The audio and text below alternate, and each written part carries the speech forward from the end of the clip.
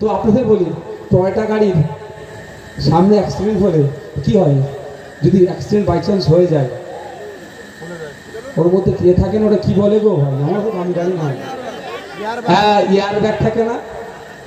ড্যাশবোর্ডে মাথা ঠোকার আগে ওখান থেকে এয়ার ব্যাগ খুলে ড্যাশবোর্ড আর মানুষের মধ্যেখানে এসে যায় না? এক নম্বর কথা। দ্বিতীয় কথা, এমন অ্যাক্সিডেন্ট হলো ড্যাশবোর্ড খুলে গেল, সামনেটা ভালো থেকে গেল। হয় উনি ডুপ্লিকেট টয়োটা ফরচুনার চেপেছিলেন, আর না হলে তিনি অসত্য কথা বলছেন, দুটোর মধ্যে একটা। তা সেই বিষয়টা অনেক বেশ কিছুদিন হলো। যেটা লেটেস্ট হয়েছে সেটা হচ্ছে ওনার বাড়ি থেকে শুনলাম, ওনার বাড়িতে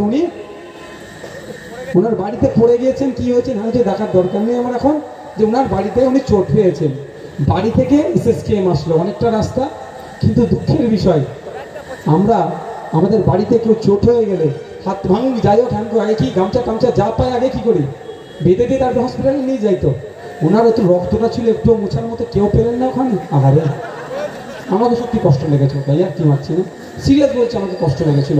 এটা যে রক্তটা যেটা ছিল ওখানে নাটক ছিল না, অসত্য ছিল না, ওটা অসত্য, কিন্তু একটা মোছার লোক পেল না।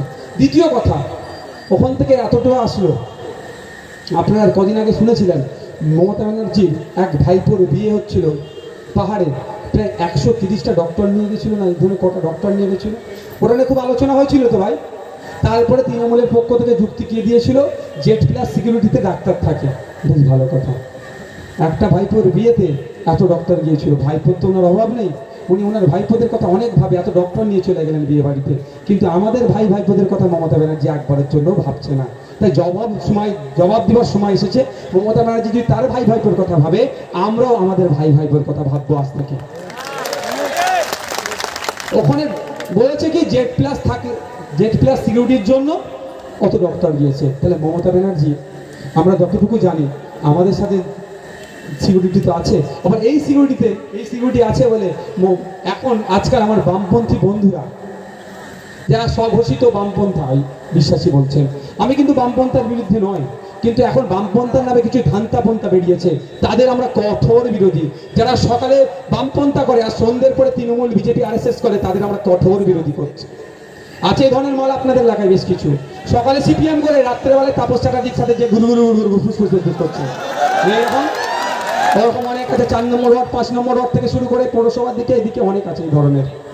রাত দিনের বেলা সিপিএম করছে, রাতের বেলা গিয়ে বিজেপি পার্টি অফিসে গল্প করছে, এই ধরনের অনেক আছে। তারা বলছে নাকি বিজেপির দেওয়া জিনিস, বিজেপির বাপের টাকার মাইনে চলছে নাকি এটা ভারত সরকারের। এবার আমি কিভাবে পেলাম? প্রথমে আমি রাজ্য সরকারকে বলেছিলাম আমার নিরাপত্তা রক্ষী দেওয়া হোক, দুইবার চিঠি করেছিলাম, 3বার মতো চিঠি করেছিলাম, পশ্চিমবাংলা সরকার আমার চিঠিতে সাড়া দেয়নি। তারপরে কেন্দ্রীয় সরকারকে চিঠি করেছিলাম যে পশ্চিমবাংলা সরকার আমাকে নিরাপত্তা রক্ষী দিচ্ছে না, আমি নিরাপত্তাহীনতায় ভুগছি, আমাকে দেওয়া হোক। অমিত শাহজি বলে সবকা সাথ সবকা বিকাশ, কি সবকা বিশ্বাস বলে, কিন্তু দুঃখের বিষয় নওশাদ সিদ্দিকী চিঠি করেছিল একটা এমএলএ, তাকে দেয়নি। কিন্তু না চিঠি করো, শুভেন্দু অধিকারী থেকে শুরু করে বিজেপির 77টা এমপিকে তারা নিরাপত্তা রক্ষী দিয়েছিল। আমি চিঠি করে রেখাপাত্র মহাশয়কে দিয়ে দিল, কিন্তু নওশাদ সিদ্দিকী একজন নির্বাচিত জনপ্রতিনিধি, আমি চিঠি করার পরেও আমাকে দেয়নি। তারপর আমি অবশেষে কোর্টে গেলাম, কোর্টের পেনের খোঁচা দিয়ে অমিত শাহ আমার নিরাপত্তা রাখতে পারেনি, আমি নিয়েছি।